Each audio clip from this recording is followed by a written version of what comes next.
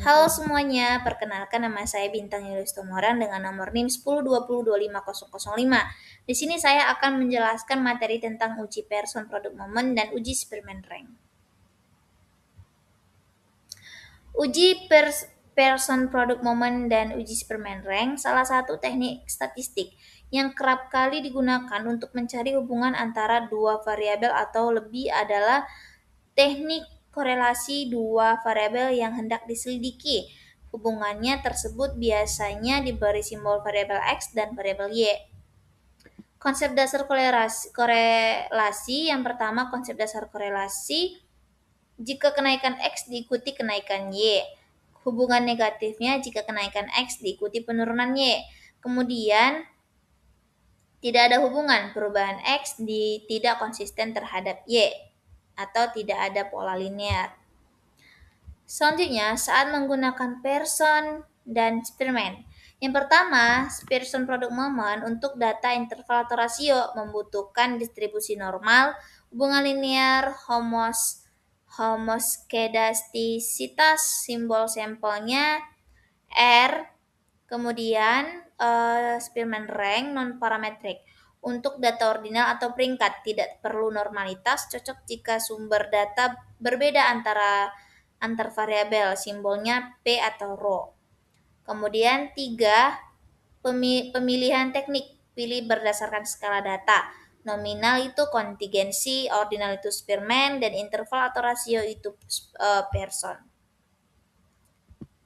Rumus dan interpretasi Pearson. Yang pertama, rumus koefisien yang sederhana bisa dilihat bersama.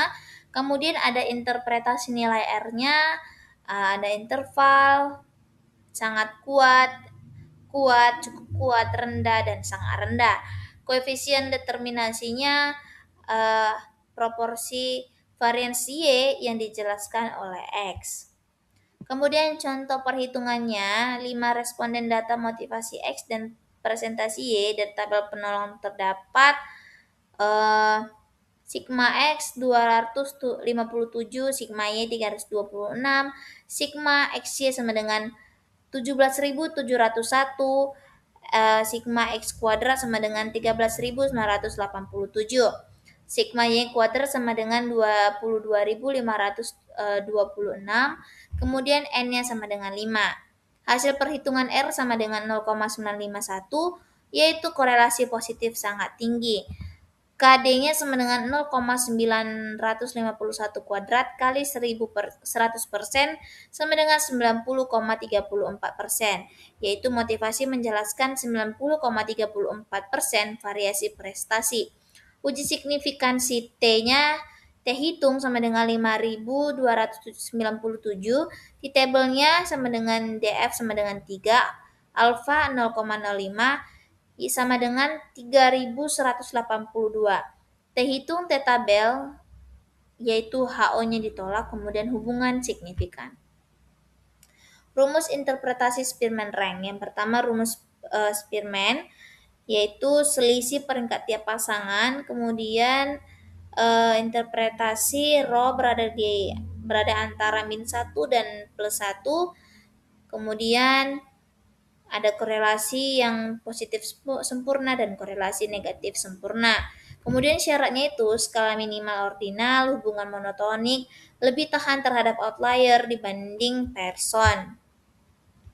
Contoh perhitungan Spearman. 10 pasangan peringkat setelah meranking dan menghitung D kuadrat diperoleh sigma D kuadrat sama dengan 7, N sama dengan 10, maka rho sama dengan 1 kurang 6 kali 7 per 10 kali 100 kurang 1 sama dengan 0,96.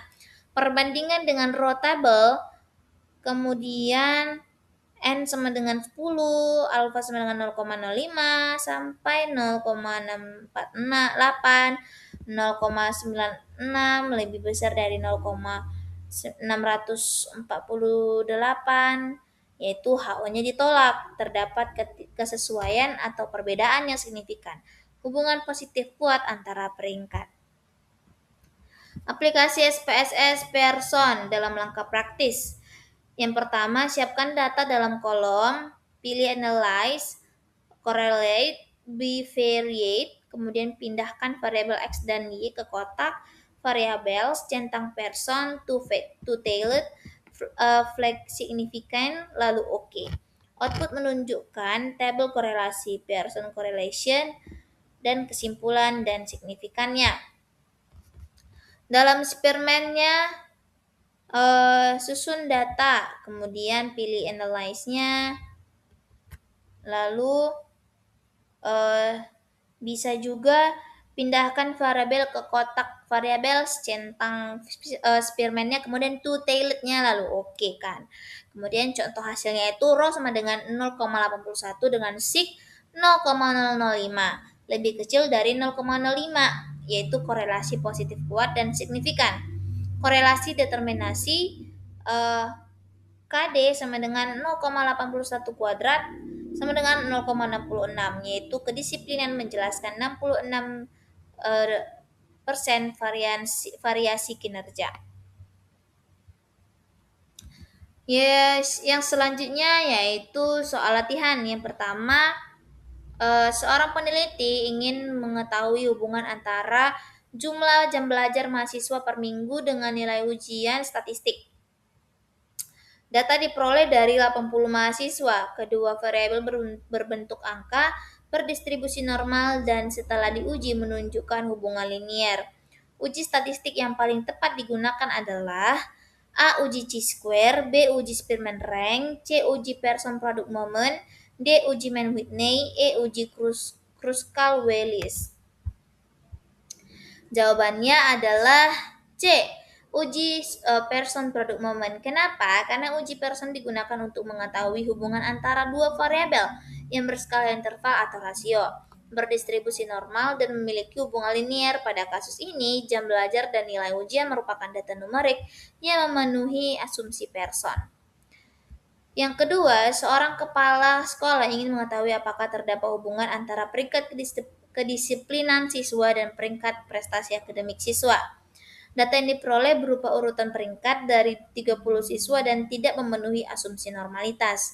Metode analisis yang paling tepat adalah A. Regresi linear, B. Uji Pearson product moment, C. Uji t-test dependent, D. Uji Spearman rank, E. ANOVA. Jawabannya adalah D. Uji Spearman rank, karena Spearman rank digunakan untuk data ordinal atau data berbentuk peringkat. Selain itu, Spearman rank tidak mensyaratkan distribusi normal, sehingga cocok digunakan pada kasus tersebut. Selanjutnya, seorang peneliti memperoleh hasil analisis Pearson antara motivasi belajar dan prestasi akademik sebesar R sama dengan 0,85 dengan rho lebih kecil dari 0,05. Kesimpulan yang paling tepat adalah A. Hubungan negatif sangat kuat dan signifikan, B. Hubungan positif sangat rendah dan tidak signifikan, C. Hubungan positif sangat kuat dan signifikan, D. Tidak ada hubungan antara kedua variabel, E. Hubungan positif rendah dan signifikan. Jawabannya C. Hubungan positif sangat kuat dan signifikan. Karena menurut interpretasi koefisien korelasi Pearson, nilai R sama dengan 0,85 berada pada rentang 0,80 sampai 100 yang menunjukkan hubungan sangat kuat karena nilai rho sama lebih kecil dari 0,05 atau p-value, maka hubungan tersebut juga signifikan secara statistik. Kesimpulannya, Pearson untuk data interval atau rasio dan normal, Spearman untuk data ordinal atau bila asumsi normal tidak terpenuhi. Kemudian langkah praktisnya, periksa skala atau asumsi, hitung manual untuk pemahaman, verifikasi dengan SPSS, laporkan R atau P, KD, nilai P atau T atau Z, dan interpretasi praktisnya. Kemudian yang perlu kita ingat itu adalah jangan gunakan Pearson jika data tidak normal atau ada ranking. Interpretasikan KD untuk memahami kontribusi variabel bebas terhadap variabel berikut yang variabel terikat. Baik teman-teman, sekian dari makalah materi yang saya sampaikan. Jika ada kesalahan kata maupun materi yang saya sampaikan, saya mohon maaf. Sekian dan terima kasih.